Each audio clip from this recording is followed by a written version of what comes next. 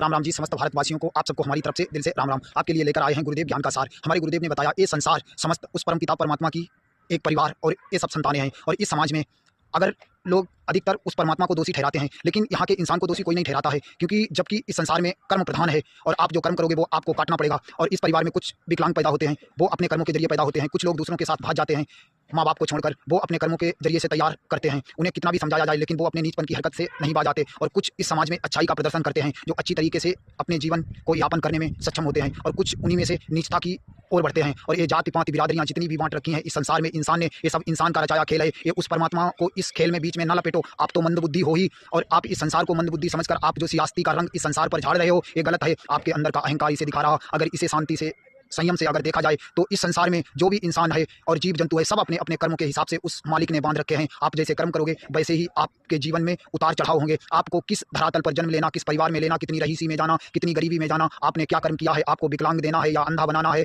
या आपको चोर बनाना है, इस समाज में आपके कर्म तय करते हैं आपको क्या बनाने। अगर आपके नीचता के व्यवहार हैं तो आप उस मालिक को दोषी नहीं ठहरा सकते हो। आप अपने कर्मों को दोषी क्यों नहीं करते हो। इस समाज में इंसान जैसे एक माँ बाप की औलाद माँ बाप के पीछे से जो गुल खिलाती है, उसे माँ बाप जानते हैं नहीं जानते हैं, लेकिन जो आपने गुल खिलाए हैं, कर्म बोए हैं, वो आपको काटने पड़ेंगे। उसके जिम्मेदार आप हो, ना कि माँ बाप। माँ बाप का इस संसार में बताने का फर्ज है, उसी तरीके से परमात्मा को समझाने का स्वरूप है। इस संसार में जितनी इंसान से लेकर फूल पत्तियां, पेड़ पौधे और जीव जंतु, पक्षी और चांद तारे जो भी हैं, उस परमात्मा ने इस समस्त संसार को अपने घर के रूप में संभाल कर रखा है। और इसकी शोभा में उस मालिक ने कोई कमी नहीं रखी। उसने ऐसा ये संसार बनाया, बड़ा ही सुंदर बनाया है, जिसमें इंसान बनाया बात करता है, समझने की क्षमता रखता है, अपने जीवन में बड़ा ही आनंद पैदा करता है, जिसे इस सृष्टि में हर किसी से ऊपर माना गया है और इससे नीचे आने वाले जीव जंतु, पेड़ पौधे। और जब वो ऊपर होने वाला इंसान नीचता के व्यवहार जब नीचे वालों से करता है तो उससे बड़ा कमीना इस संसार में नहीं नजर आता। अब उस परमात्मा ने आप सबको इस संसार में भेजा, वो चाहे तो आपका संहार कुछ पल में कर सकता है, लेकिन नहीं करता, क्योंकि वो जगत का पिता है।